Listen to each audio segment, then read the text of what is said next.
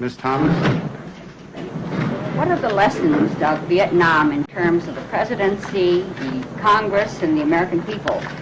In terms of secret diplomacy and fighting a land war in Asia, also, would you welcome a congressional inquiry into how we got in and how we got out of Vietnam?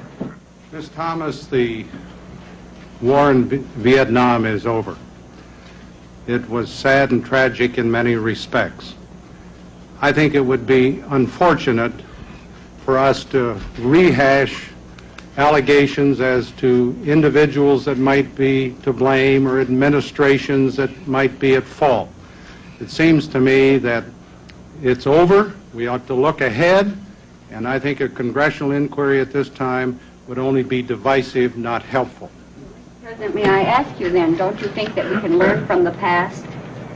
Ms. Thomas, I think the lessons of the past in Vietnam have already been learned. Learned by presidents, learned by Congress, learned by the American people, and we should have our focus on the future. And as far as I'm concerned, that's where we will concentrate. And we want any potential adversaries to know that we will stand up to them.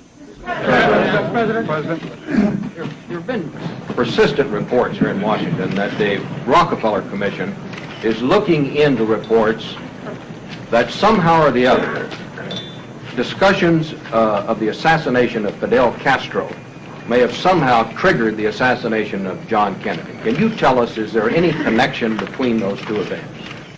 I cannot give you the inside information on the Rockefeller Commission because I established it for the purpose of investigating the CIA and making any recommendations concerning it.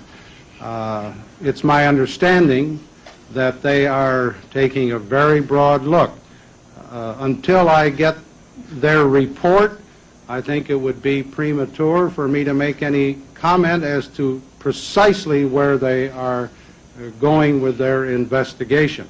Now, as a former member of the Warren Commission, a commission that I think did a good job, we found as a Warren Commission no connection of anything between Cuba and the United States. We found no evidence of a conspiracy, foreign or domestic. Yes. After 8 years of a Republican in the White House, there probably will be a lot of people who next year will say it's time for a change. Now, what accomplishment can you cite to rebut the argument that there should be such a change? Well, I don't think there ought to be a change.